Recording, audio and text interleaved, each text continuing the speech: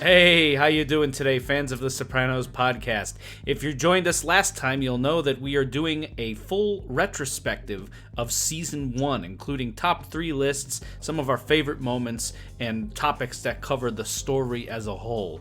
Our last episode was part 1 of that retrospective, and this is part 2, and we're going to pick it up right where we left off. Thank you so much for joining us, and enjoy part 2 of our Season 1 retrospective.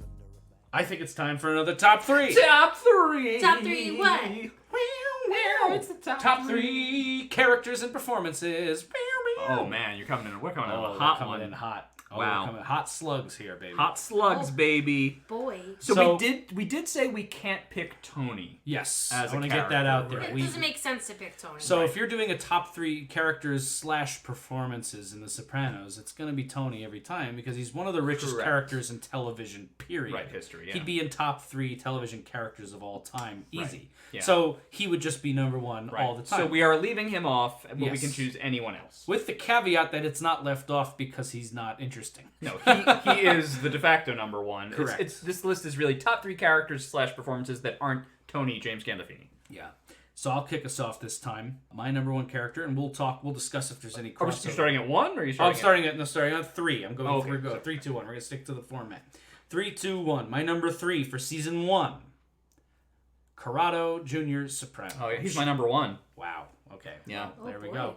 Yeah, Junior, what can I say? First of all, expertly played by Dominic Chianese. The insecurity, but there's a likability there. There's something about him that reminds me of family members and various people I've met over the years. The glasses, the way he dresses, you just know who this guy is right from the get-go. And one of the most compelling aspects of Junior, and I want to hear from you, Jordan, because he's your number 1. I'm sorry to blow up your number 1. Don't here apologize. I'm happy to discuss it at any point. Yeah. But one of the things I love about Junior is what makes him as interesting as a quote-unquote villain for the season is he always believes in a part of him in the potential, in Tony Soprano's potential. That scene where they're talking at the baseball game. He's like, you could have made the majors. And, he's insecure and he feels the need to be the boss, but he does love and believe in Tony. The reason things turn out the way they do is because Junior's in this horrible position and he's been manipulated. And as the boss of a mob family, there is only so much shit you can eat before you have to do something. So even the name Junior suggests to us that this character will never come into his full potential. He doesn't even have his own name. He's like a eternal second banana. His major physical attribute is he wears, like me, these huge glasses with these thick lenses, implying that maybe he does not always see things correctly, or that he's forced to always kind of look buffoonish because of these big bug-eyed spectacles he has on his face all the time. We see in the flashback in Down Neck that he was certainly the number 2 to his brother, and then even as the boss, he's not the boss. He is Tony's puppet / lightning rod, who will just act as a puppet boss while the family is going through this transitional period in the aftermath of Jackie's death. And he's also a puppet for Livia, who will use him to basically hold sway over the family and enact a kind of sick revenge over Tony for, putting her away, but also to kind of try to resolve their relationship in a way that favors her and how she's remembered and thought of, to kind of give her back some respect. Yeah. I love Junior. Junior also represents the old world. It's like, if you want to think about how gangsterism itself, what its health is like in terms of its old values, you need look no further than how Junior is doing. How is Junior doing? Well, his power is really just a show. And I think actually, more than all of that, somehow, the most compelling thing about Junior is that it's suggested to us in these scripts that Junior is kind of Tony's father figure, and maybe always has been, that he perhaps had a more authentic relationship with Junior than he did with Johnny Boy. He taught Tony how to play baseball. That's right, yeah. In the flashback in Down Neck, we get a lovely short scene with him and Tony playing catch. We have another reference to that later on. We see that Junior is authentically interested in Tony even as a child. He's really one of the few characters that speaks to him directly and not in a scolding way. And I made this assertion in an earlier episode, but Junior and Tony both have a penchant for really stupid dad jokes. And I'm thinking that perhaps Junior may have even taught some of these to Tony. Yeah. When Junior and Livia are visiting the gravesite and they have young AJ with them, and AJ makes this little joke, Livia thinks it's preposterous, but Junior wants AJ to finish it because I brought this up in a previous episode, but I think he's hearing one of his old jokes come back because undoubtedly AJ probably heard that from his father, who probably heard that from Junior. I think Junior is a huge presence in The Sopranos. We cannot say he looms in the same way that Tony looms or that Livia looms, but he is this huge presence. And let's keep in mind, too, he's only the villain in the season because he just wants what any of us would want if we were the boss of the family. He wants the respect that is owed. He wants to be able to run the table because that's what he was supposed to be able to do. Yeah. He's not asking for anything outrageous. We will see villain characters on this show who do horrible things to people and want, things that are either impossible or are, frankly, like hellish. Yeah. Just evil. Junior's not an evil man. He just wants things run the way they were supposed to be run properly. And actually, it's Tony who's fucking that up. There's a version of this show somewhere where we're following Corrado and Tony's the villain because he's undermining him. It makes for an interesting dynamic because he's the antagonist from a literary standpoint. Right. But you have to pity him because he's being used every which way. You hesitate to use the word villain to describe Junior. It's because he's only a villain because our hero's an anti-hero. Right. That's all it is. Yeah, well said. He's also not nearly clever as the real villain in the first season. Right. Right. Junior made the honorable mention portion of my list for the reasons already described. He's a fascinating character. He's also weird in this antagonistic role because I do feel for him. In part because, again, in spite of what we might hear about the nostalgia for old school gangsterism, Junior seems to me like kind of a bad gangster. Like he does, like, oh, this guy is dealing drugs. Let's throw him off a bridge. Are we going to check on it first? Are we going to do the due diligence, which would then reveal that no, one of the captains who makes money for you depends on that guy. Yeah. Junior does none of that. So all that being played through this actor who has so much grace and so much dignity in he himself to portray this role that is so the polar opposite of him is tremendous. My top 3 characters start with number 3, which is Artie Bucco. Ooh. And he's got to be an Artie. honorable mention for me, too. Honorable mention, yeah. Yeah, Artie, particularly in this season, to me, brings up so many things about the interaction with gangsterism and who this guy is. And Jordan mentioned something in the last episode about Artie actually, I think like other characters like Tony, searching for something and searching for some deeper meaning. And it's so funny to see these scenes where John Ventimiglia plays them pretty straight, these emotional moments, but they are often hilarious. And I found it very striking in rehashing a bit of the last episode how much it hurts Artie, not only that he finds out about what Tony did.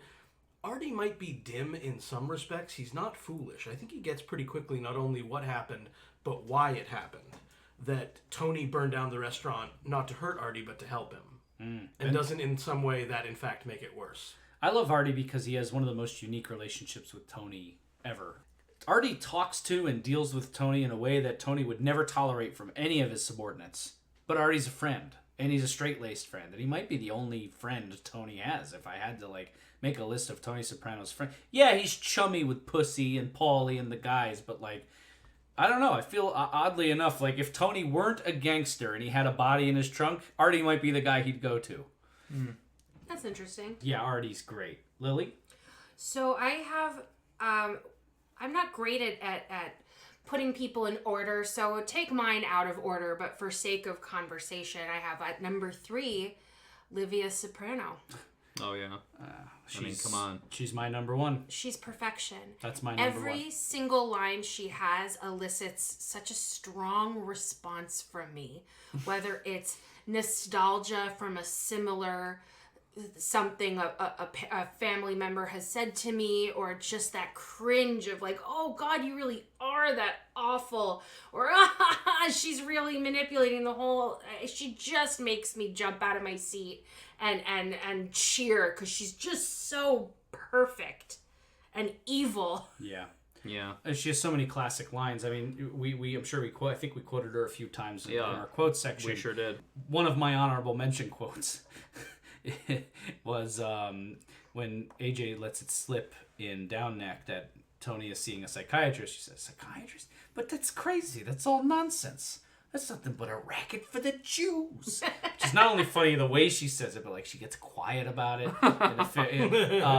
And Lily, my wife, is Jewish, and I just think that's so funny. I think the first time we watched that, and many times after, I look at her and say, "Is that true?" Oh yeah, total racket for the Jews. You heard it here, guys.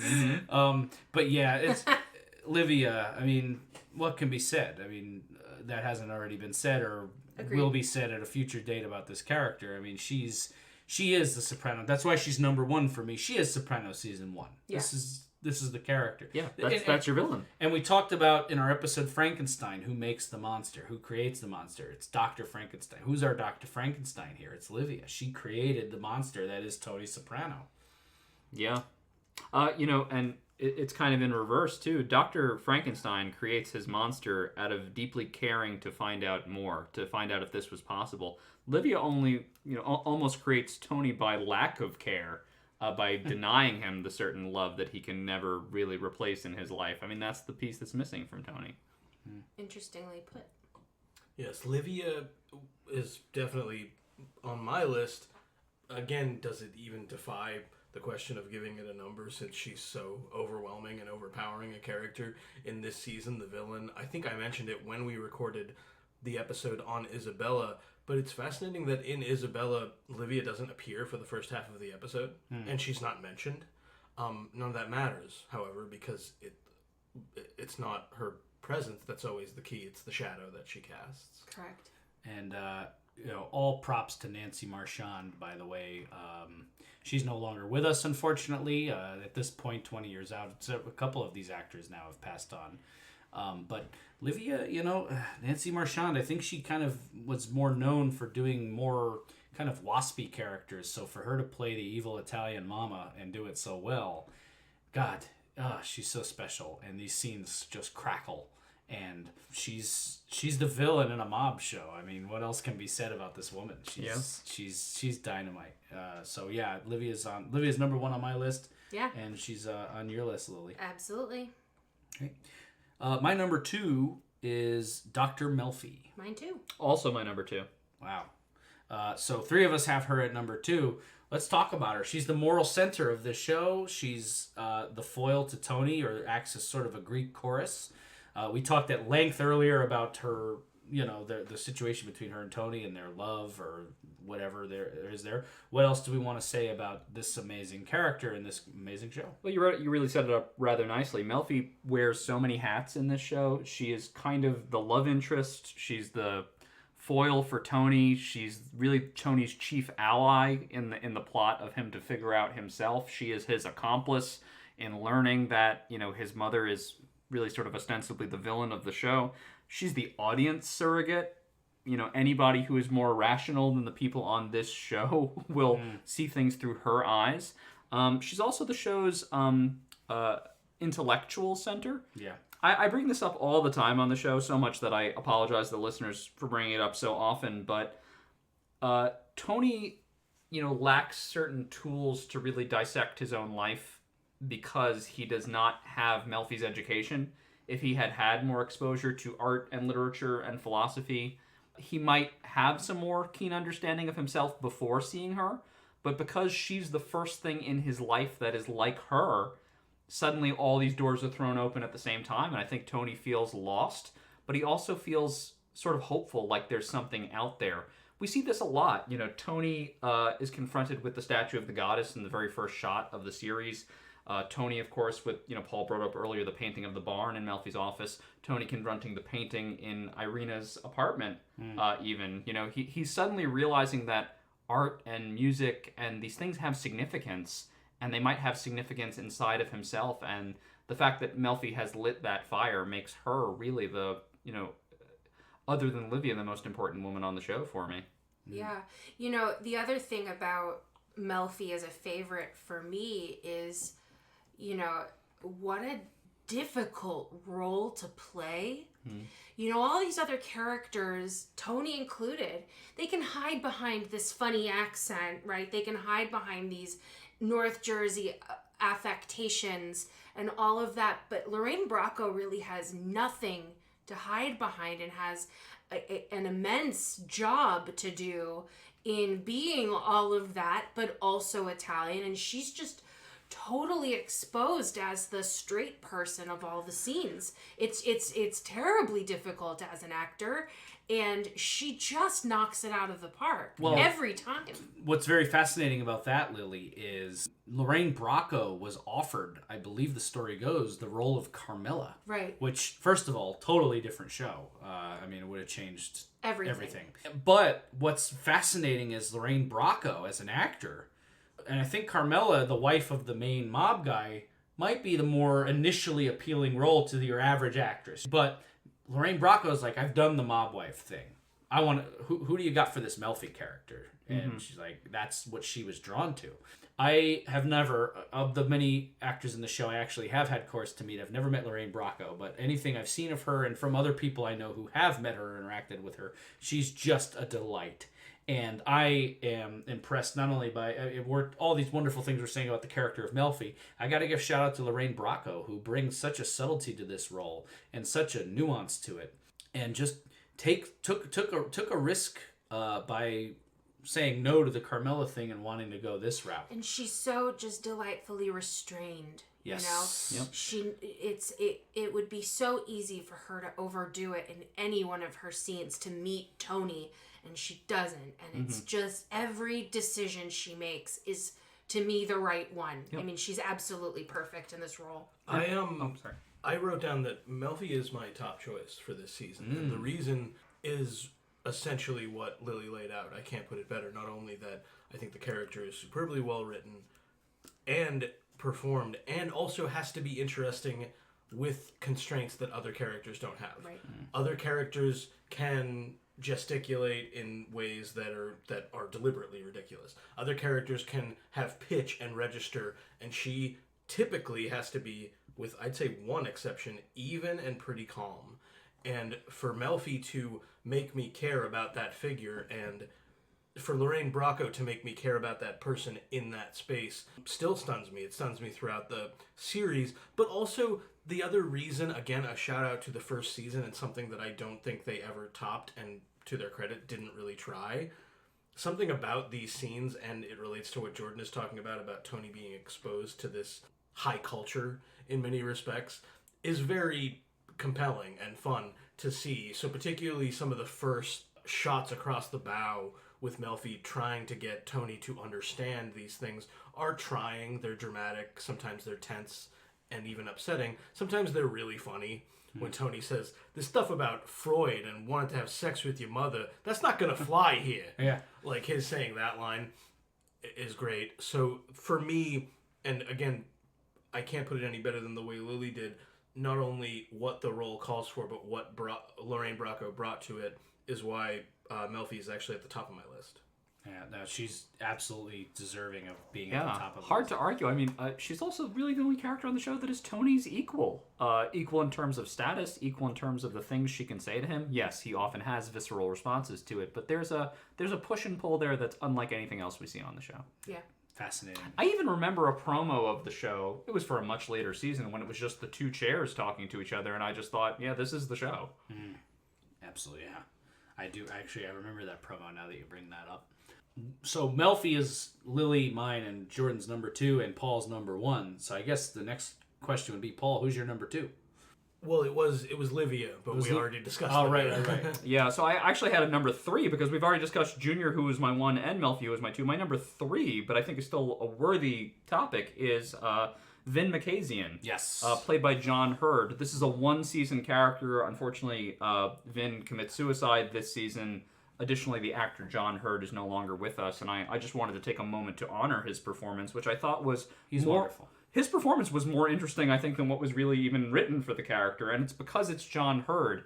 We talked about this in a previous episode, but his casting is so brilliant and so deliberate because you see the potential of this man and how he was ruined. You cast like a family man actor in that role, and you didn't cast like the typical dirty cop actor to play that part. Tony never gives this guy the time of day. In every single conversation Vin has with Tony, he's trying to be a friend to Tony, and Tony just doesn't want him. And yet, after Vin's death on the show, we find out that he actually was okay with that with Tony. He understood their relationship. He liked that he knew where he stood with Tony. So for, maybe by accident, Tony has created a legitimate, sincere relationship with someone. Yes, it was kind of a mean relationship and it was antagonistic, but nevertheless, Vin enjoyed him as a person. I think there could have been a friendship there had Tony only reached out. Yeah, well, you said it best. It's like casting this guy suggests that something went horribly wrong here, and very likely because of Tony. Yeah.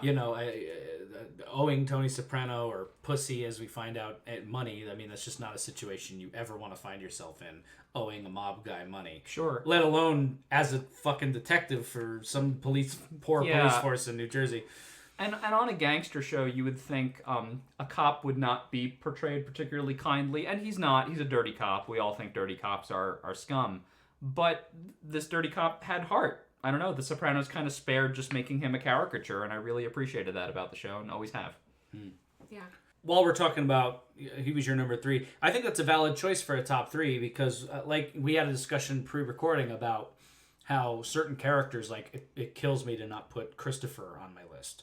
He had a wonderful season, and he's a great character, and he is always one of my favorites, but I think a lot of my feelings for Christopher in seasons past one color my opinion. And if I'm looking at season 1 objectively as someone who just went through the first time, he doesn't quite make my top 3. But Christopher is an honorable mention for me. For me as well. And another honorable mention for season 1. Again, if we're looking at, but to get back to what I was saying, John Hurd in season 1, this character, Vin Makazian, he's a big part of season 1, and he left an impact. He's a memorable character.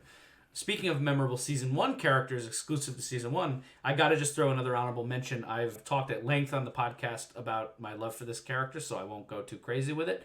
But I got to mention Mikey Palmisi. Just total scum, very funny. Played the role well. Yes, Yeah. he nailed it. He maximized his minutes as an actor. That's the best you can do is take the role you get and make yourself memorable. And so satisfying when he gets the Sonny Corleone treatment in the woods, and just his relationship with his wife, and it's just Mikey Palmisi's a hilarious character, and he gets what he deserves. Yeah, absolutely. Moving along here, there are a few. Oh, I didn't say my number 1. Oh my god! Number 1 with a bullet. How Do it. rude. My number 1 is Carmela Soprano. Oh Yeah, she was Hello. Can't Dynamite. ignore Carmela. Yeah, actually, my list are the ladies. As much as, again, if we were talking about the whole series, Christopher would be my number 1. I love him. I adore him. But season 1, I gotta go to my ladies, which number 1 is Carmela, and Carmela is, again, so rich and so complicated because she's not just, and I'm doing air quotes, everybody, anything. She's not just the mob's wife. She's not just corrupt. She's got this really fascinating conflict within her. And I think the foil of Carmela with Father Phil and Tony with Melfi is so interesting to me because you create, this trust, and you're hoping that the person you're trusting is giving you good advice, right?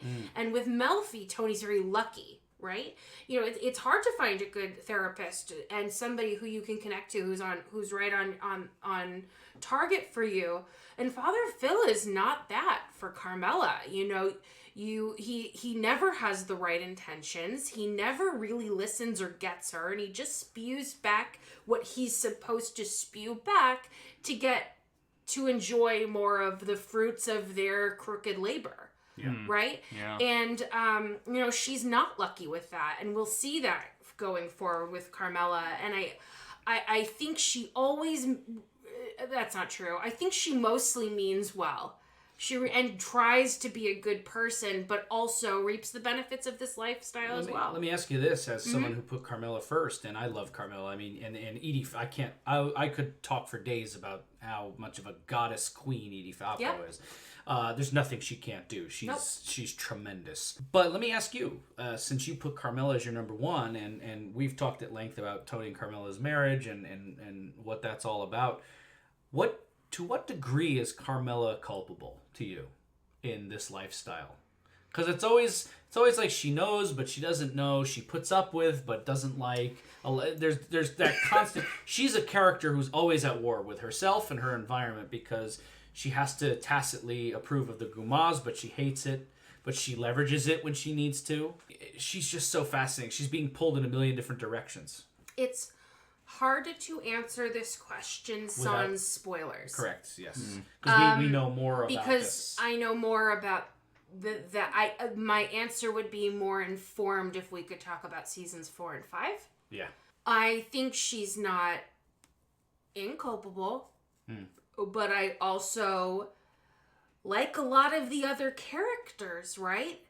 This was gonna be the lot, and she's in her life, and she's kind of stuck. I mean, let me put it this way, so that I can respect your format. The Sopranos podcast is with Christopher, right? Christopher is searching for that meaning, searching for that life, and he knows he doesn't have what he wants, right? But he doesn't quite know what to do about it. And I think Carmela's in a similar spot.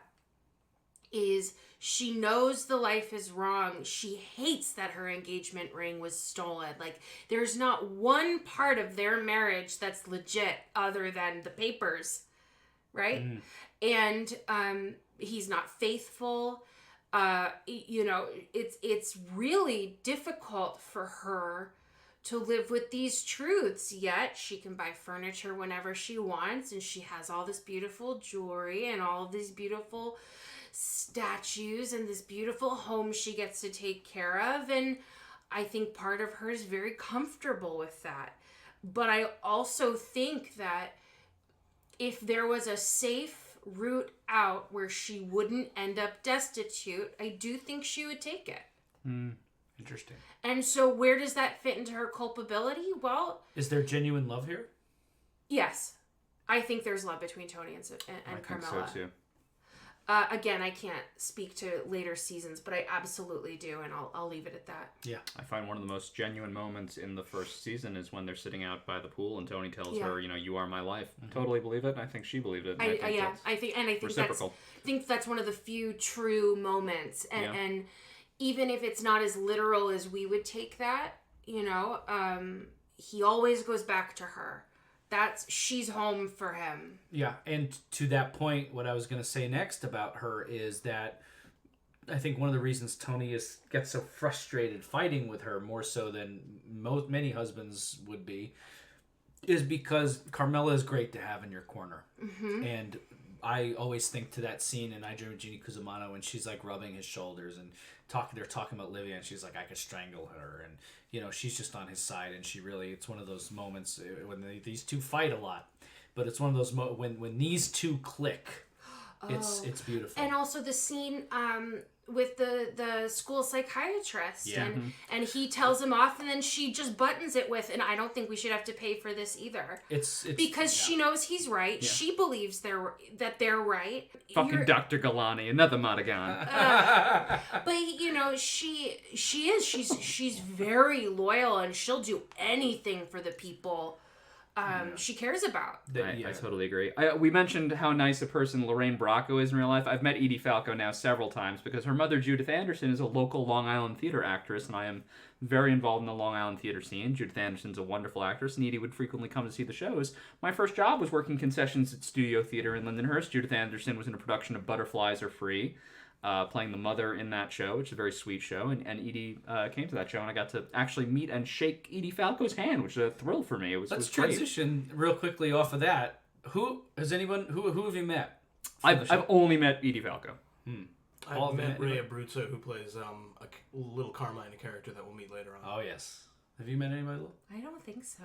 I have met James Gandolfini once. You met James Gandolfini? Shook his hand and talked to him. You touched James Gandolfini? I touched him. Here's the story. I'll tell you. I touch you. Which hand? This hand. Right I'm hand. touching the hand that touched James Gandolfini. Yeah. I have to wash it now, though. It's a little sticky. I don't know why. I felt weird about approaching him because I know he's a very shy, personal person. Was this at work? Were you in the theater? I'm gonna give the story because my second character or actor from the show that I've met, I actually can't tell the story without sullying their image because after recording, please. Well, all right, so let me start with that. Yeah, no, let me start with that. But the two people I've met definitely from The Sopranos are Tony Sirico and James Gandolfini. Wow. I may have met a few others, but I mean, there's a lot. But I've definitely met those two. And my Tony Sirico story is great, but I can't tell it publicly.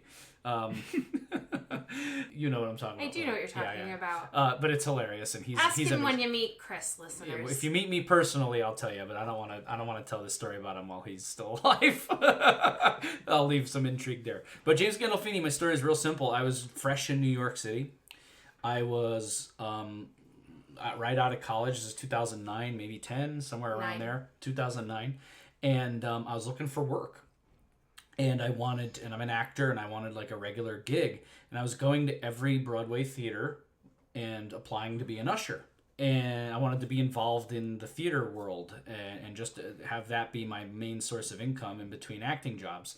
And I'm going around, I pop in at this theater, that theater, and what was the play he was in with Jeff Daniels? God of Carnage. God of Carnage was playing at this theater, and it was the middle of the day.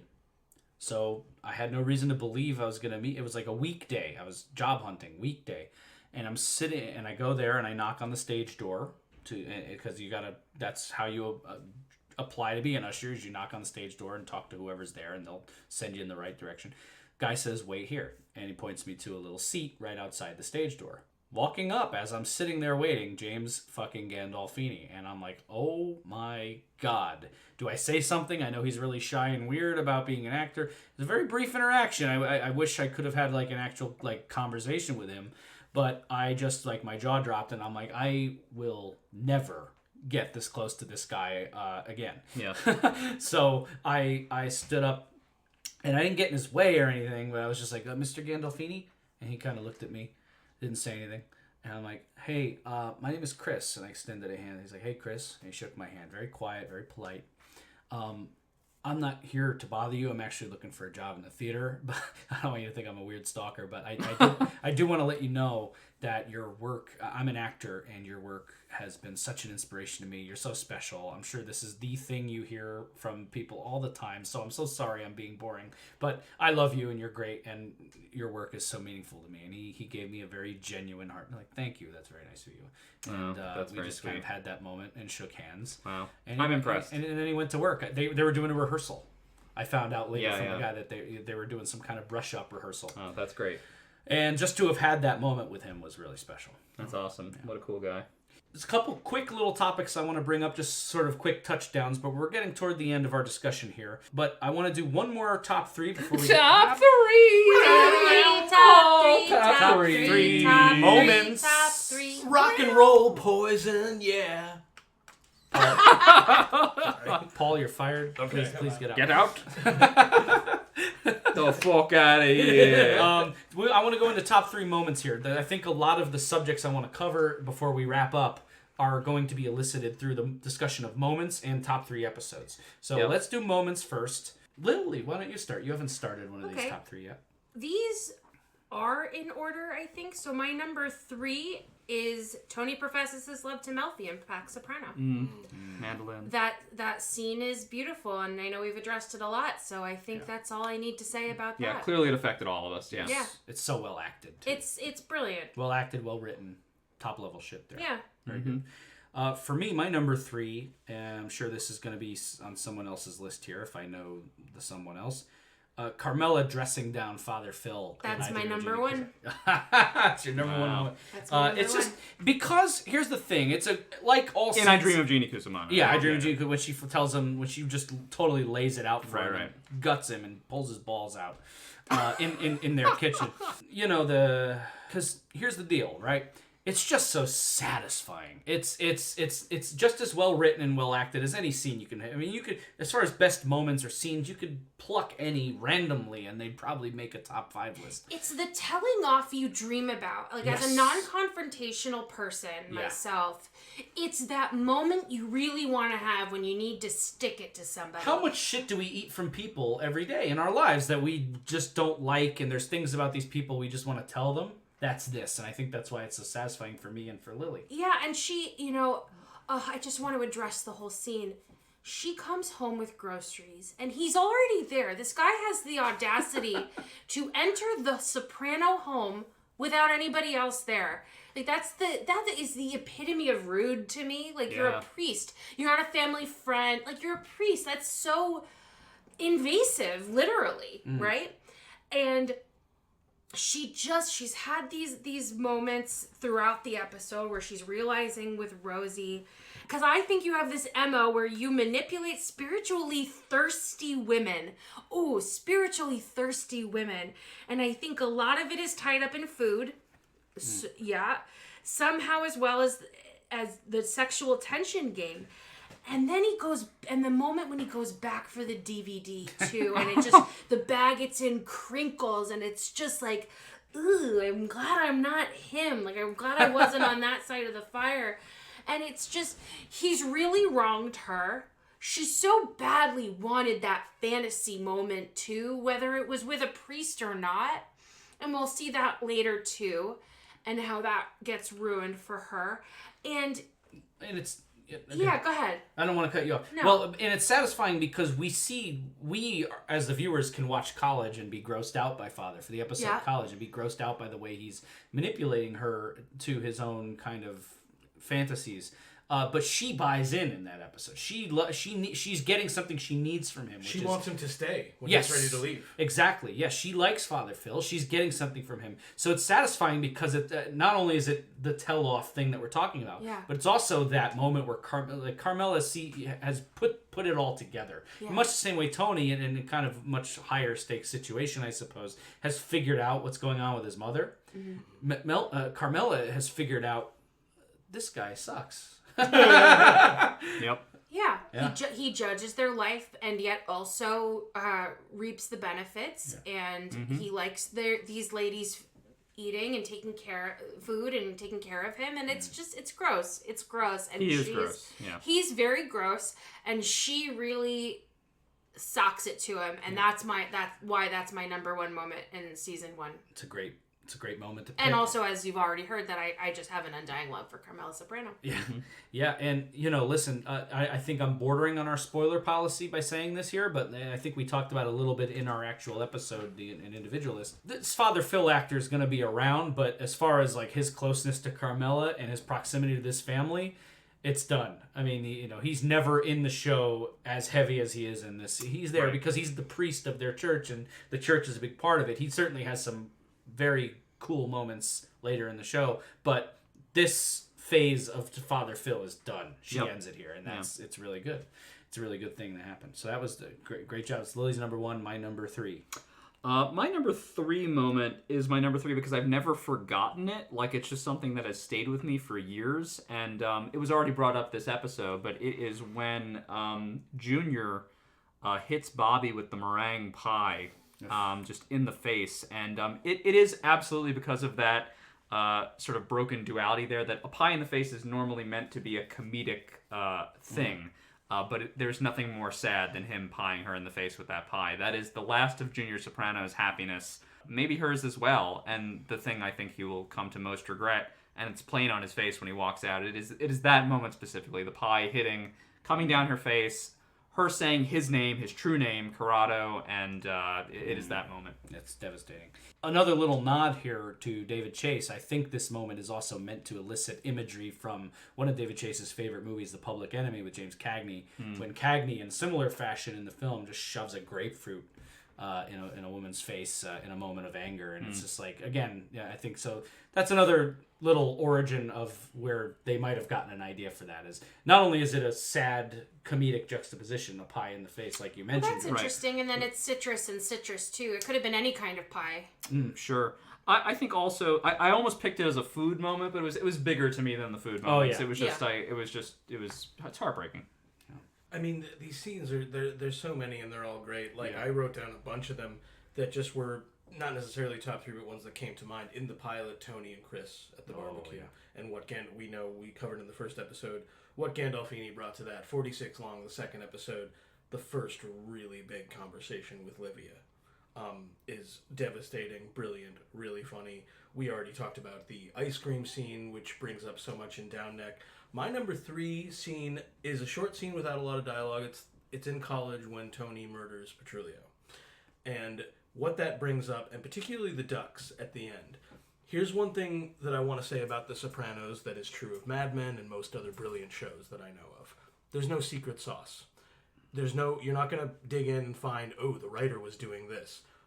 What happens is the writers are good and they tell stories that they think are honest and they let them breathe. When David Chase started writing the ducks in the pilot, he didn't know what they meant. Of course he didn't, because he had to let them breathe and figure it out, and then it kept coming back, and the family imagery of leaving the nest came up, and then it comes back in episode 5 and creates this fantastic visual that captures right where Tony Soprano is in this moment in his life, with the demands of his job, the demands of his family life, all coming together, leaving him alone in this field like, what the fuck is happening? So that's my number 3 moment. Okay, well, my number 2 moment is Tony and Chris talking about depression in The Legend of Tennessee Moltisanti. Yes.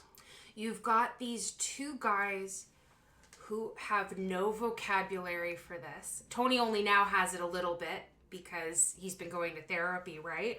But you can really see that he tries to give Christopher these tools too, but he just doesn't have what Christopher needs to save his life. And again, that will be a through line the rest of the show too. Again, no spoilers. I will respect the Sopranos podcast.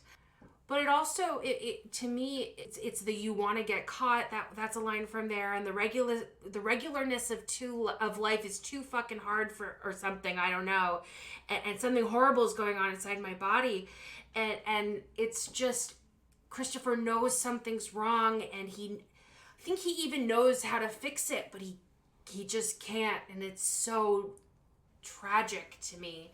And Tony really tries to be that, and makes me think of men in this season, in this show, and this life as well. And you know, in a prior episode with AJ, talking about AJ with the ADD and all of that, I don't think this group of people knows how to parent men, boys, young men.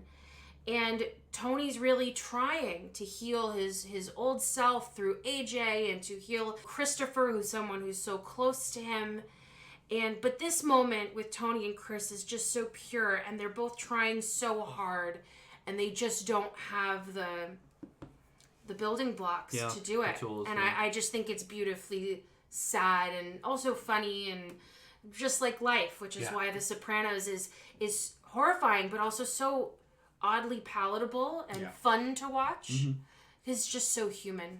Yeah, I agree. So that's my number 2. You laugh because it's these 2 tough guys talking about depression and sadness, but it's also horribly sad and but we forget that men have these feelings, and in general, we're not kind enough to men who are feeling blue or feeling helpless or sad. And these are 2 guys that are really trying, just they don't know how to do it. They don't know how to address it. Very interesting. My number 2 moment is going back to episode 4, Meadowlands. It is what Jordan so brilliantly couched as the wise guy wink. When AJ is looking at Tony in the graveyard, and Tony just kind of looks over and winks at him, and we just get that last shot of AJ just staring at his dad, and he's not in a good place at all. Like, you feel sick for him. I think we talked at length in that episode that we did about what AJ must be going through there, and how he's never going to see his father the same again. And then Tony just gives him that silly smile and that fucking wink, as if, hey kid, this is all good, or everything's going to be okay. Or we talked about any number of things that wink can mean. you're a part of something here, or hey kid, how you doing? It could be anything. But AJ is just looking at him in that moment and seeing the feds and seeing Meadows' faces, like, see, I told you so. And it's such a huge moment in the life of Anthony Soprano Jr. Yeah. And he just is never going to see his dad the same way again. And it's a sickening, awful, powerful moment. The way they shot it, the way it's done, it really stuck with me. Chris, how many lines of dialogue are in that moment? Oh, precisely 0. Thank you. That's how good the writing is, folks. That everything about those characters and where they are in that moment can be done. No words. By episode 4, it's not even like we've been with these people for years. Yeah. It's so good. So, a sort of, maybe ironically, my second favorite moment comes from my least favorite episode of the season. It's from A Hit is a Hit.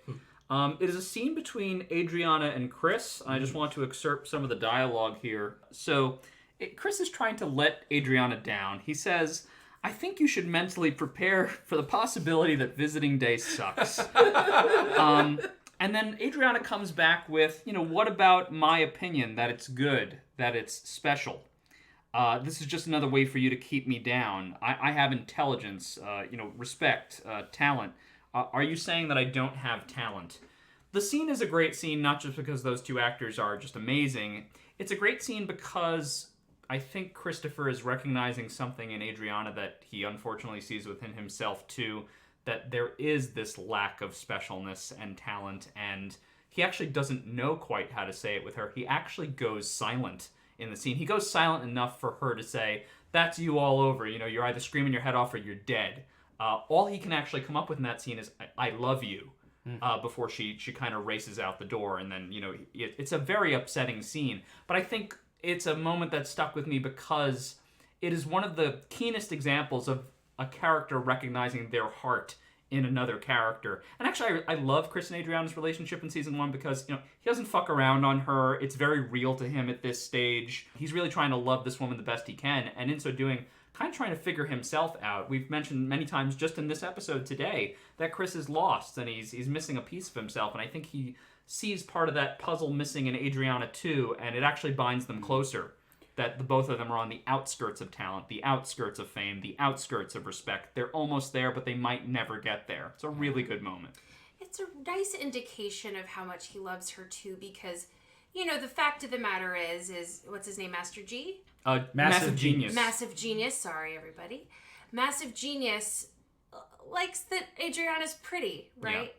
Yeah. And Christopher so badly doesn't want to tell her that, because as a woman, it breaks the seal of, is anything I'm good at mine? Yeah.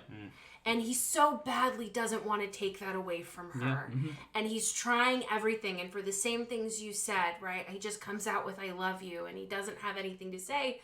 Because if he does and tells her the precise truth, it'll crush her. And really break her, quote unquote, innocence there with that point. And it's got extra weight to it too, because we see in Tennessee Moltisanti how supportive and loving she is with Chris and his artistic pursuits. Right. So it's like a double fuck to have pretty to good tell. First indication that she doesn't know good from bad. Well, that's hard to say.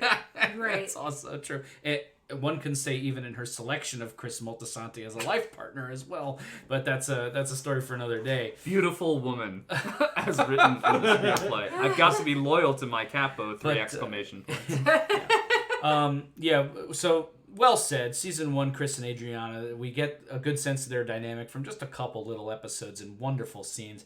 I gotta mention quickly Drea Di Matteo here. First of all, for those of you who don't know, she has her own Sopranos podcast, episode by episode breakdown. Highly recommended. She's a very smart actress and a very lovely person, so that's worth listening to if you're into Sopranos podcasts. But she does a wonderful job here, and an interesting little story here from behind the scenes that you can find online. I'm not making this up. She wanted this role, and they almost thought she was a little too waspy or quote unquote white to play this role. She was cast as a hostess in the restaurant in the pilot.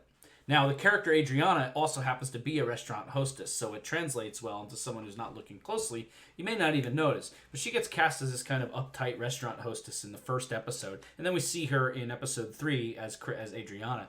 But the story goes that she somehow got her way back into the audition room after they saw her first audition and thought, maybe she's she's not quite Italian-y enough, not quite Jersey enough. Really? Oh yeah, and she fucking showed them. She tussled her hair up, went in with some gum, did the earrings, like made herself. She came in as Adriana and made them see it, and I respect that so much as an actor to have that. Maybe she's not quite what we need for this, and knowing that. And being like, you know what? No, I want this. And, the rest is history. We'll have a lot to talk about with Chris and Adriana as the show progresses into the next season. But, Drea Di Matteo. And great moment from... I love that one of your top moments is from your least favorite episode. It is. It was strange to me, too. Paul. So I'm at my number 2 moment. My number 2 moment is a scene from the end of Bucco when Artie comes to tell Tony to call off the hit on Coach Hauser. It's a great Sopranos moment. It's a great digging into the two characters. As Chris, we've talked about a lot on this show, how Tony and Artie have a relationship seemingly like no other. Also in Sopranos' quality, everything that is said in this scene, or almost everything, means the opposite. Tony says your boyfriend is finished, so he's emasculating Artie, but they've all been emasculated by this story. He says that it's not going another way, and that he's calling out Artie for this ambivalence, but Tony's the one who's ambivalent. Tony's the one who ends up calling off the hit. And I think it's perfectly executed. Both actors at the top of their game, so that's why I chose it. Wonderful. Great scene. So your number 1, Lily, was the scene we already talked about. So I'll go to my number 1. My number 1, I kind of cheated a little bit here. Because my number 1 is not a single moment, but it's a series of small moments that are tied together. We've actually touched on it a few times already in this retrospective, and I know we touched on them when they happen in the show. But Jordan and our conversations in these podcasts really elicited this, and when I went back and rewatched some of the stuff, these hit so hard. It's these moments specifically, and I'm going to use, Paul even mentioned it in one of his moments, Tony looking up at the ducks. Tony looking up is my number 1 moment for the show. I can't believe you're saying this right now. Is that yours? Sort of. Go, you finish. It's these moments where Tony stares in puzzlement at these higher pursuits, these things that... Yep. Yeah. You're going to hit my number 1. Wow. We have the same number 1 moment. You That's both cheated. Yeah, well, mine's specifically one of those, but it's the same thing. Tony looking up at the ducks after the Febby Petrulio murder. Tony looking at the Hawthorne quote. Tony staring at the goddess statue. Is that your number 1? The sound you just heard was my phone hitting the desk with the Hawthorne quote on it. I didn't know, man. But this is, it's those moments when Tony is just kind of confronting higher things, and our conversations elicited that, so I'm not surprised that that's your number 1 as well, that we have the same number 1. For sure. My number 1 moment, I'll just tie it into yours, Chris. Yeah, the idea of Tony looking up, I think, he's a man who's suddenly realizing his place in the world, and that it's bigger than him, and he needs to find these, sort of higher pursuits. The tool is up there to figure himself out. He's looking for the key to unlock himself. College, amazing episode. No man for any considerable period can wear one face to himself and another to the multitude without finally getting bewildered as to which may be the truth or the true. Nathaniel Hawthorne quote from The Scarlet Letter. A novel that features, by the way, a priest having an affair with a married woman. And, that is the key theme in The Sopranos in season 1 that keeps me coming back, because to try to see the common man struggle with the sort of the academic man or the intellectual man's tools that has to always try to eluded unlock him. himself. Yeah. That has always eluded him is really... His parents never stressed college. Right. As he says to Meadow in the episode College. Well, he had that one semester, right? Yeah, a semester and a half at Seton Hall. But yeah, the bells attract his attention. The campuses, it's a fascinating dimension that is never spoken of. It's acted and it's shown. It's powerful. It's good stuff, and I'm not surprised. Anything else you want to say on that, Jordan? No, that's really it. Yeah, high five, same moment. High five. And those moments are always beautifully rendered in terms of the visuals, and you feel it. I really connect with that. It's the first thing we see in the series, is him staring in fucking bewilderment at this statue of the goddess. And I would include weather moments too, like the strong wind that comes towards the end of the season there, or the weather that creates the blackout in I Dream of Jeannie Cusimano. The shot of Tony's scared and bewildered eyeballs in the rearview mirror after his scene with Livia in I Dream of Jeannie Cusimano, all of that, I count that. My number one moment is in episode 11, Nobody Knows Anything, when Tony and Makazian rehash what's been happening at the House of Prostitution. And Makazian shares a very intimate memory of growing up in a household full of abuse and tension and anxiety and fear. And Tony doesn't say it outright, but Tony gets what he's talking about.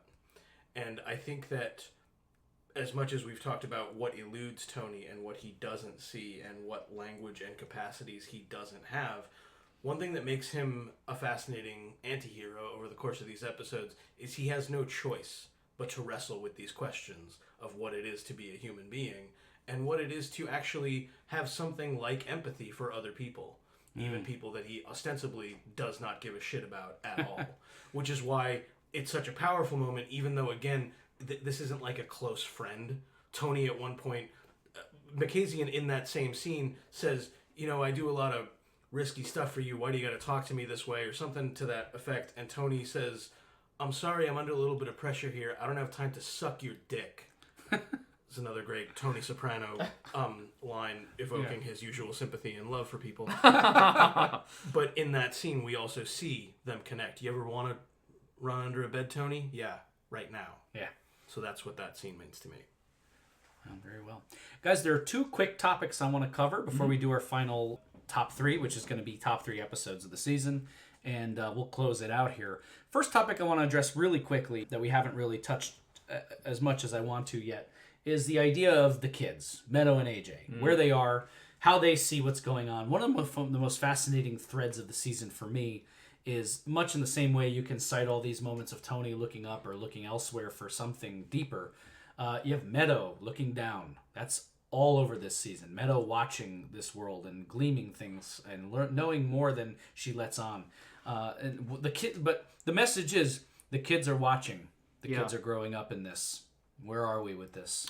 The kids are fascinating. In particular, Meadow is someone I always watch. I think for Meadow, who's this amazing student, athlete, musician, just amazing kid, smart person, very shrewd.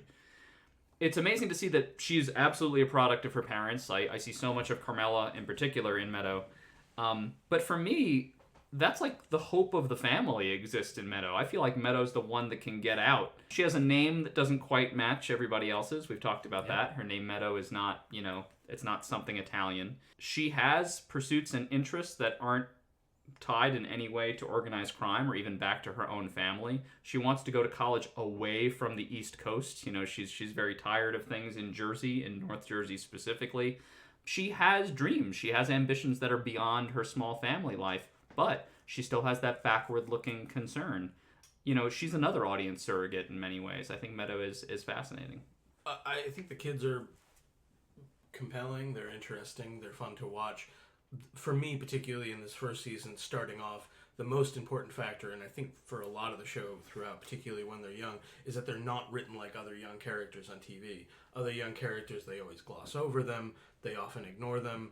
It's always this kind of, oh yeah, little scamp vibe, or especially in like bad sitcoms. The kids are always the smart ones for some reason, even though every kid I know looks like and sounds that they got hit in the head with a brick. Yeah.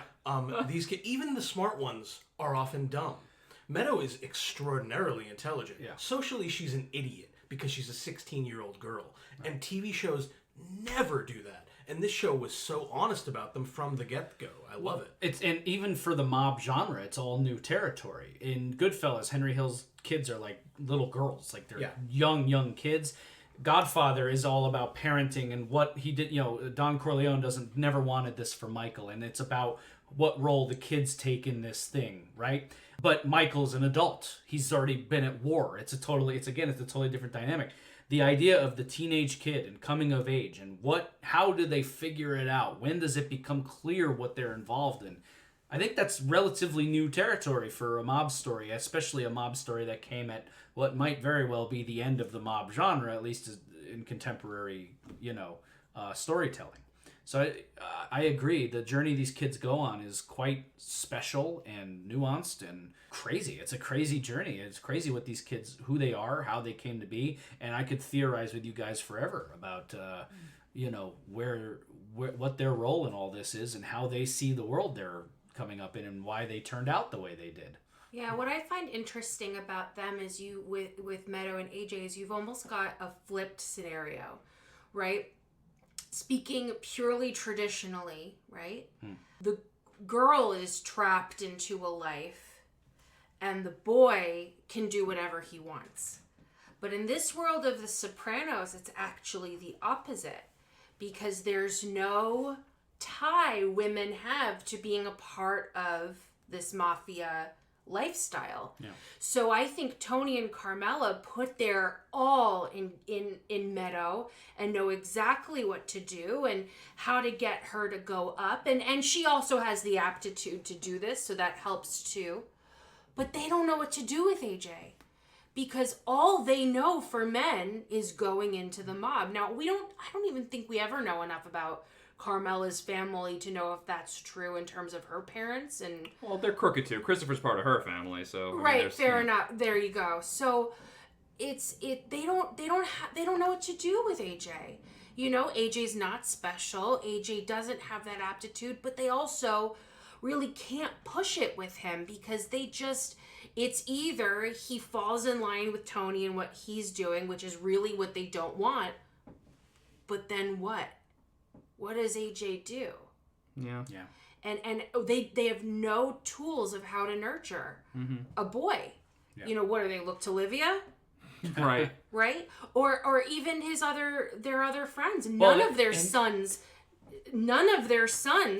do well. And even the old school guys don't provide nothing for Tony to look to in this scenario. Junior's answer to AJ's misbehavior is, whatever happened to boys will be boys. Junior would probably have no problem with an 11-year-old kid starting to get involved in the life or understand it. And he didn't. Correct. There are no tools for how to raise a good young boy. There are no tools in this family. There's no tools in this world or lifestyle. Yeah. And we see this in season 1 and beyond with AJ. They just don't know what to do with him. Yeah, AJ, I think they've just... It's not even that AJ is a fuck-up, by the way. It's not that anything AJ does is so bad. It's just kind of like, he's just... Yeah, Lily, you said it best. They don't know what to do with him. They're concerned when he's having maybe a problem at school, but even that gets chalked up to, he's, there's nothing really wrong. I'll even play the game of, even if AJ had the intelligence of Meadow, he would end up being Tony's protege. Mm-hmm. They would use him for that intelligence, not aptitude, not career. Yeah. So AJ really is between a rock and a hard place with no hope. And I've brought this up in a previous episode. In fact, I brought it up in Genetics, our Down Neck episode.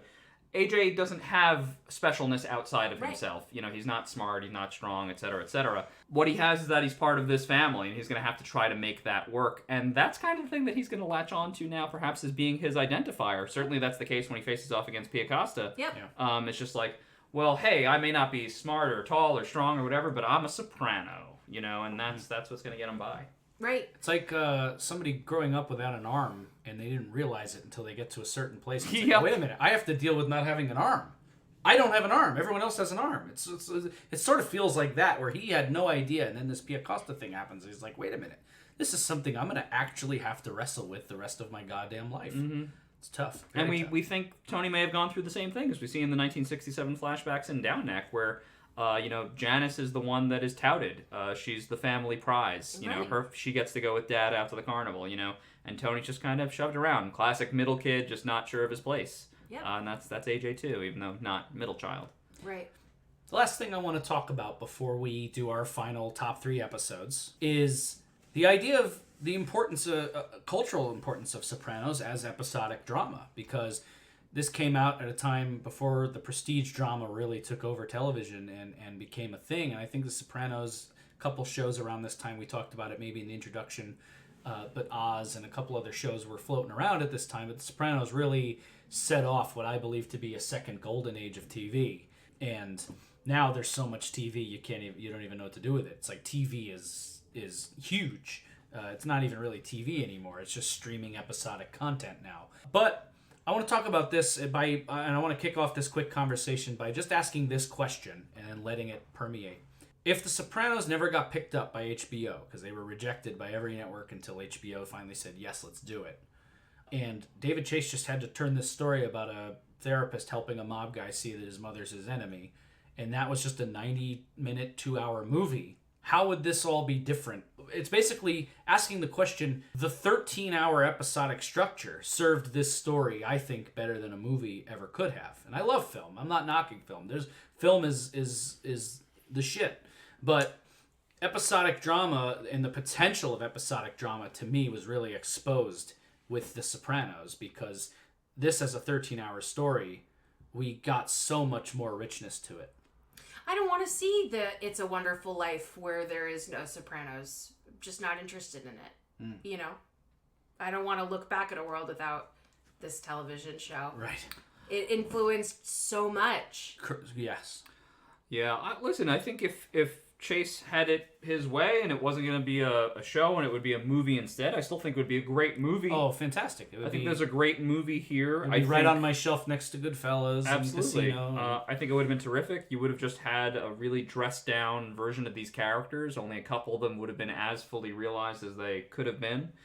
And I feel very fortunate that it was a show. In terms of prestige drama, there wasn't a lot before this. Some networks were getting pretty heavy with the cop dramas and a few other of the family dramas, but The Sopranos was really the first one to bring all those things together in kind of a cinematic presentation.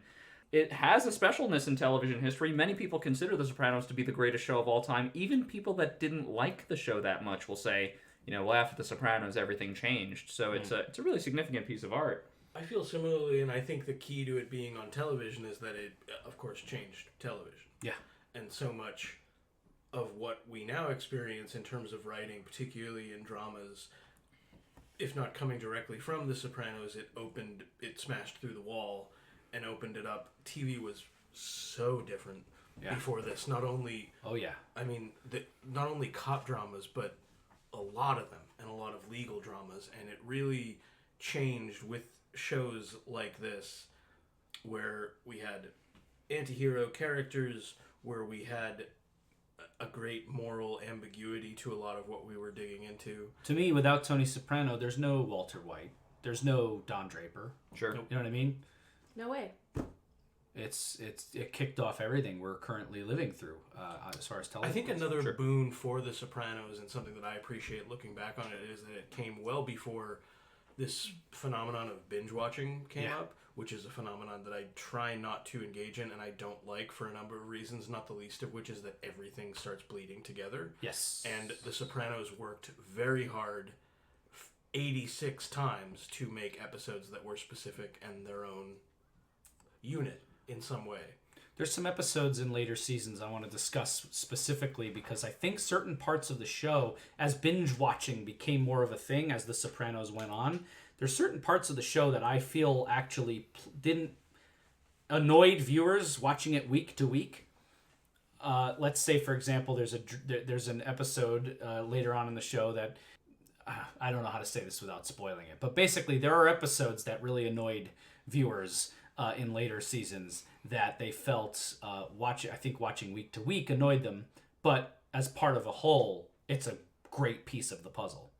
So I think the binge watching culture influenced the show in some of its later seasons, perhaps, because you can have an episode that veers off into some really weird fucking territory because, ultimately a lot of people are just going to stream it after the fact. Mm-hmm. Yeah, so the importance of the show to TV in totality and episodic drama cannot be overstated, and this season was the beginning of it, and what a beginning it was. Let's wrap it up here, guys, with our final top three, and then we'll call it a day. Top three! All right, let's do it. Top So, three episodes. Top three episodes. Yeah. Defiler! We're gonna defile you. Paul, why don't you go suck on a down power line? try to cook a trout on it. Yeah. All right, yeah, we're going to do top 3 episodes here. Each of us has a top 3. This was actually one of the hardest ones to do because you just there's no way to make a top 3 of this season without leaving off fucking classics. Absolutely. Oh, this is a terribly unsatisfying process. Correct. So who wants to start? Jordan? I'll start. A pat on the back to us, by the way, because I think we've actually mentioned something from all 13 episodes this season. So at least it's easy to do these quickly because we've kind of already dived into a lot of the reasons why these are good episodes. But my number 3 choice is probably higher on the list for number of views, so I'll let you guys take it away. My number 3 is Isabella. This is an episode, of course, where we meet Tony's dream woman, except it's not his dream romantic interest, it's his dream mother. And once that revelation came about, once that card is flipped, my head was blown away. My mind was blown out of my head. I'm going to take the reins here for a moment. Isabella's my number 1. Please. And the reason it's my number 1 is because not only is it just peak Sopranos, but it comes at a point in the season when everything is coming together. The pieces are all fitting into place. You're realizing not only are these writers very good moment to moment, but they know what the hell they're doing in crafting a season-long story because all the pieces are aligning, the stars are aligning. And not only that, we've gotten a sense of Tony in this season as a very competent, not only competent, but he's a good gangster. He's very good at this job. And everything is coming at him at a moment when he really is not able to deal with it. And I think that's a very interesting moment. It's a very interesting dynamic. It's a fantasy. It's wild. The music is great. The wind, the way the hit sequences come together. Junior and Livia having to recalibrate after the hit fails. It's just so many twists and turns. So many great moments. It sizzles. It fires on all cylinders. Isabella's a great character, and all of it is great. It ends great. It starts great. What a journey the audience has brought on in that hour. So I can't say enough good about Isabella. Is Isabella on anybody else's list? Isabella is number 2 on my list. What you guys said about it really resonates with me. The only thing that I would add is that a key element in that episode, particularly in the first half, is that Tony is not only depressed, but in a very difficult space in what we call anhedonia, where he can barely get out of bed. And that is very hard to make effective without a first-rate actor. Well, luckily, we had Gandolfini performing it, so it's sensational. Yeah. My number 3 choice is Nobody Knows Anything, which I believe is just before Isabella. And it's not an accident that so many of my choices are later on in the season, not because earlier episodes weren't great, but because we've marinated with these characters for a bit, and that we can do more in terms of story without as much backstory or exposition. And even The Sopranos has to find its footing. Every show has that couple episodes where they're figuring out what exactly it is. And Nobody Knows Anything for me, because of what it deals with personally, Tony possibly having to satisfy the code, which means a rat is a dead man, but that also means that he would have to condemn his best friend. What do you mean I like him? I love him. Big Pussy has been his friend for probably his whole life. And not only that, but the point that Tony has come to by episode 11, how well he understands psychological inquiry and deconstruction, but that understanding could point to not saving his best friend, but condemning him. I just think is brilliant structurally. We've already been over what Mackenzie and John Hurt's performance brings to it, so that was my number 3. Well said. My number 3 is Boca. Just a quick highlight, because I know that we've talked about Boca quite a bit. The scene where Meadow lets it slip that the coach had sex with Allie, Tony taking that information in is such a human moment, and I want to highlight that because, we're in a post Me Too movement era, and I think it's, again, it's easy to demonize somebody who you don't know, maybe who you loved, right? It was rough to find out that Bill Cosby was a monster, right? And maybe even a little bit, you do this with somebody you don't know. Like, I obviously don't know Bill Cosby. But when it's somebody who's close to you and you have this moment where you're hearing that they're a sexual predator, you want to try to rationalize that out, because even Tony wouldn't dream of that. Think about that. And of course, both Carmela and Meadow, as he's going on this rant about, couldn't possibly, you've got it all wrong. And Tony, it's hard to take in when it's somebody you know and you think you know, and somebody Tony admires. This is a coach who's doing really great things with this team, and yet he's this monster. And it's a very complicated situation when you find that out about somebody you know. And I thought that they handled that very well in a way that doesn't victim blame and in a way that doesn't do anything but honor and try to protect Allie. And I really appreciate that whole storyline in a way that I forgot, because I always associate Bucco with Junior, and I actually, in rewatching, had forgotten about that whole storyline. It really hit strong for me, especially that scene. Yeah, and it's such a interesting dilemma for a gangster to be in, right? Because that's a scenario, somebody has betrayed a child or molested somebody or raped somebody, and you're just like, you have that initial moment of revulsion and anger. It's like, you motherfucker, like, I just want to go beat the shit out of that guy. I say all the time when we watch these crime shows, it's like somebody did, like, this is like my go-to line when we watch a crime documentary. It's like, if someone did that to someone in my family, I'd shoot them on the courthouse steps. They'd never see it inside of a courtroom. But like, you have that initial, like, what the fuck, are you kidding me? So what makes it interesting is Tony is actually in a position to do something about it. Right. And to be directly, and Melfi poses that question to him, why do you feel you always have to be the one to set things right? And it's such a great, something horrible happens, Tony's in a position to set it right, should he? That's the moral question. And it's not the last time we're going to wrestle with this question, and that's all I'm going to say on that subject. But Bucco, great episode. My number 3 is The Legend of Tennessee Moltisanti. That's my number 2. I love Chris. I love that he has an interest in higher pursuits, and I can sympathize with him. It's also, in my opinion, the best dream sequence of season 1. And it's a great dream sequence. We talked at length about it good. In our episode Cowboyitis, but it's just so good. I love Chris's journey in that episode and the threat of looming indictments. To me, that's the pivot point in the middle of the season when things really start. It's like, we've been slowly simmering. The water comes to a boil to me in Tennessee Moltisanti. Yeah. That's when things start really getting like, okay, where is all this going? This is getting real nuts. And all the great dinner scenes. Yes. So many great dinner scenes. And the scene with the terrible Jewish psychiatrist who admires the guy who drove for Lepke. Those were some tough Jews. And you know what? For a quote unquote C plot, I love that storyline of Melfi and her family and meeting her ex-husband Richard. And what is the moral culpability of treating somebody like Tony? Is he good? Is he evil? Can Melfi help him? That's a question that's going to be very important in this series and in this season. And so it's good. It's just a solid fucking journey. You have that on your list, Lily? I do, for the same reasons you said, so I won't rehash. Right, here we go. So my number 2 is College. College, for a lot of people, is maybe one of the show's most memorable episodes. It certainly is for me. I think it's a standout in season 1.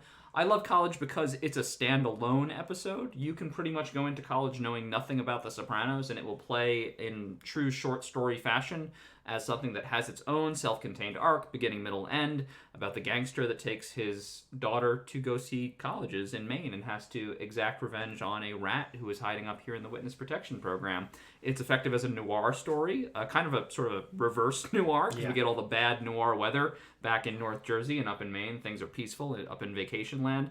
And Tony must commit this grisly murder. When people analyze the character of Tony Soprano, and they're not doing so, around a podcast table, they often say, oh, he was such a vicious killer and such a wonderful family man all in one. And they often point to that College episode.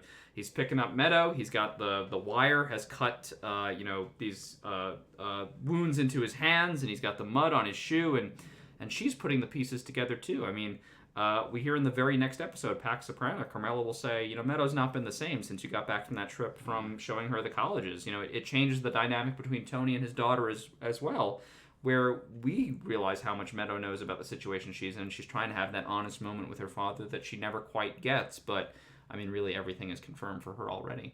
It's a fucking masterpiece, and it was James Gandolfini's favorite episode, even much, much later on when he had much more. There's a reason it's great, and I think it also lets us see a little bit of the parallel of, like, the man that Tony could be in Febby Petrulio. Just, what if he tried to give this an honest chance?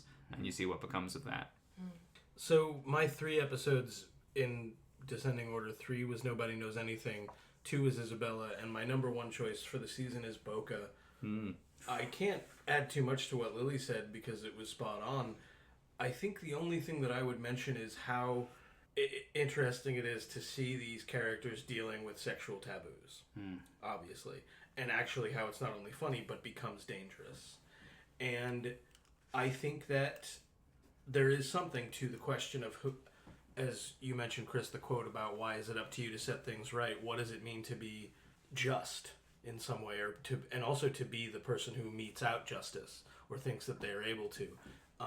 Because we know from that same episode, Boca, what are the terms of gangster generosity? Well, the terms of gangster generosity, if you do things that we like, we get you stuff. And we get you perks. If you step outside the lines, we start to threaten you well before we know that you committed any crimes. So that's pretty chilling. And then so the sense of gangster justice is really scary. And so for me, the steps that it takes at that point, the critical point in the season, episode 9, we're now really turning up the heat in the tension leading up to the last episodes. And I think it's pitch perfect the way that it's executed. Well said. Absolutely, Paul. My number 1 is I Dream of Jeannie Cusimano.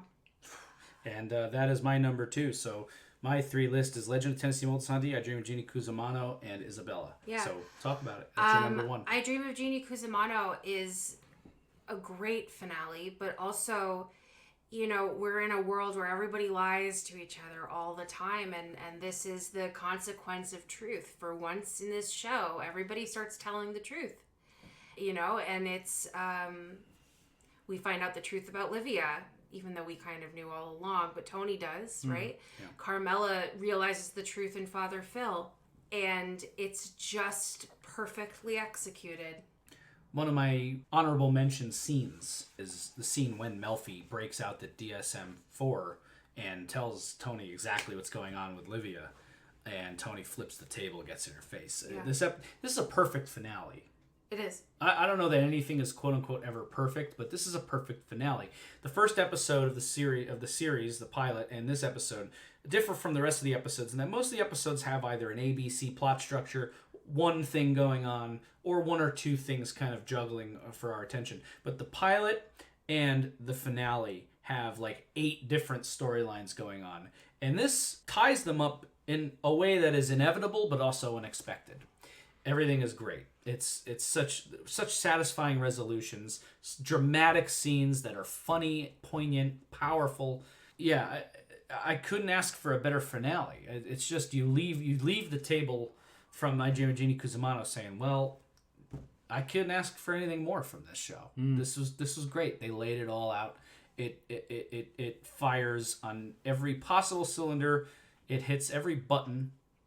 It just nails it. There's no, there's mystery still. We don't know where Pussy is. We don't know if he was ratting, anything. But so it doesn't like tie it up in a neat little bow, but it wraps it up in a satisfying way that leaves you saying, wow, I want more of that. Yeah, the pussy thing is the only thing that isn't completely wrapped up. The only other, there's a minor thing that I guess it could end there. I mean, we know it doesn't, but this issue of Carmela and Charmaine's friendship and whether that will ever be repaired is also still kind of rocky in that last episode. But, I mean, the 2 women seem to be sort of content and ignoring each other for the time being. I think we're up to my number 1 episode then. So my number 1 episode for season 1, this was such a hard to pick, guys. It's really hard to pick your number 1. Yeah. My number 1 episode is Down Neck. Yeah. Springing off the quote, well, you only remember what you want to remember. These are the moments that Tony is going back into his past, searching, trying to figure out the things that make him broken inside and trying to reconcile with those things in the present. We have these beautiful 1967 flashbacks that I have never forgotten my whole life in the 20 years since I first saw them. I love the lightly overacted nature of the flashbacks. I think it's spot on casting for Johnny Boy, Livia, and Junior. I think the young kid that plays Tony does a nice job too, especially insofar as how he parallels AJ. The scene in particular where he follows his father and his sister to the carnival and sees that he was not allowed to go is heartbreaking, and then sort of violating when then he sees his father being arrested as well. Father comes home with ice cream. The episode ends with him having AJ for ice cream as well. it is a beautiful episode, and I think the reason why it slightly edged out College for me was because it was more rewarding on the rewatch for me to see that and to make all those connections with Tony. It was almost like I was inside his head in the therapy as it was happening, much in the style of a Tennessee Williams play. Well, guys, talking about things in the past and that we look back on with nostalgia, I will always look back on this this podcast and this adventure and this journey with you all with great fondness. I think this wraps up our retrospective. All I had right. a great time with this, guys. Woo! Yay. But I love you all. This was a lot of fun. I'm Chris D'Amato. I'm Lily D'Amato. I'm Paul Mancini. And I'm Jordan Hugh. And we will see you all for Season 2, Episode 1. Guy walks into a psychiatrist's office. Thank you so much for joining us. Please check us out on all our social media pages. We will be back. We love you. Thank you for joining us. Hope you enjoyed Season 1.